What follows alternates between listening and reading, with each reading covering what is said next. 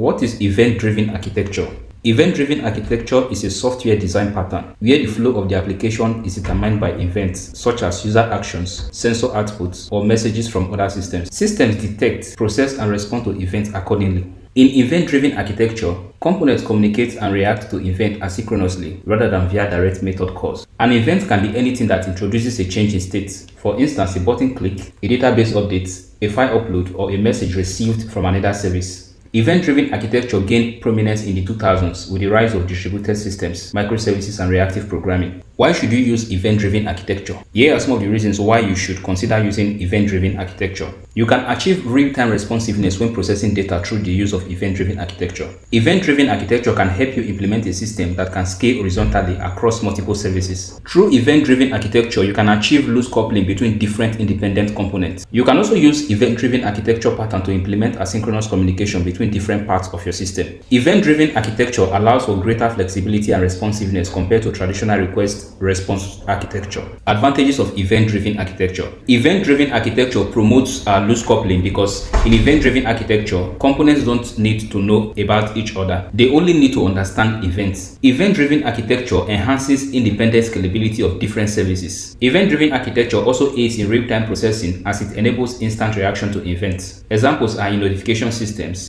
fraud detection systems, etc. Event-driven architecture enhances system resilience as failures in one part of the system don't necessarily stop others. Event-driven architecture also improves system responsiveness as systems can act immediately when something happens, not just when asked. Disadvantages of event-driven architecture. Event-driven architecture can be very complex and hard to design and debug due to its asynchronous nature and distributed logic. In event-driven architecture, ensuring correct sequence of events can be very challenging. Event-driven architecture always requires infrastructure like a message broker such as RabbitMQ, Apache Kafka, etc., which adds extra operational complexity. Event-driven architecture makes keeping track of system state more complex. Event-driven architecture requires a serious learning curve. It may require some trainings for teams to effectively manage event-based systems. Now, here are some of the real-world systems where event-driven architecture have been used. Number one is e-commerce platforms such as Amazon. They use event-driven architecture for tracking orders, inventory updates, and payment confirmations. Most banks and top financial institutions use event-driven architecture for fraud detection, transaction monitoring, and real-time alerts. Event-driven architecture is mostly used in chat applications such as WhatsApp for message delivery and status updates. Event-driven architecture is also used for streaming analytics by tools like Apache Kafka, AWS Kinesis, or Azure Event Ops to process streams of data. Event-driven architecture is also heavily used in gaming. It helps in real-time multiplayer interactions and game state synchronization. Some of the major companies that use event-driven architecture are Netflix, Uber, LinkedIn, and Airbnb, and they have also adopted event-driven architecture in order to handle a large-scale and real-time operations in their systems. Now, why should you have a good knowledge of event-driven architecture as a programmer? It is very essential for you to understand what event-driven architecture is and how it works. Here are some of the reasons why I think you should have some knowledge of event-driven architecture. Having the knowledge of event-driven architecture will help you in building scalable, resilient, and reactive systems. It is going to give you the ability to design highly responsive systems. It is also very essential for career growth as it prepares you for working with microservices, cloud-native apps, and serverless computing, and it also increases your value in fields like data engineering, DevOps, and backend development. It makes you familiar with tools like Kafka, RabbitMQ, AWS Lambda, and EventBridge. Knowledge of event-driven architecture offers elegant solutions for decoupling and scalability. Understanding event-driven architecture properly gives you the ability to build the next generation of responsive and intelligent applications. You can liken event-driven architecture to a newsroom. Reporters, which represent services, are always listening for breaking news, which also represent events. Now, when a story breaks, that is when an event occurs, it gets sent over the wire, which is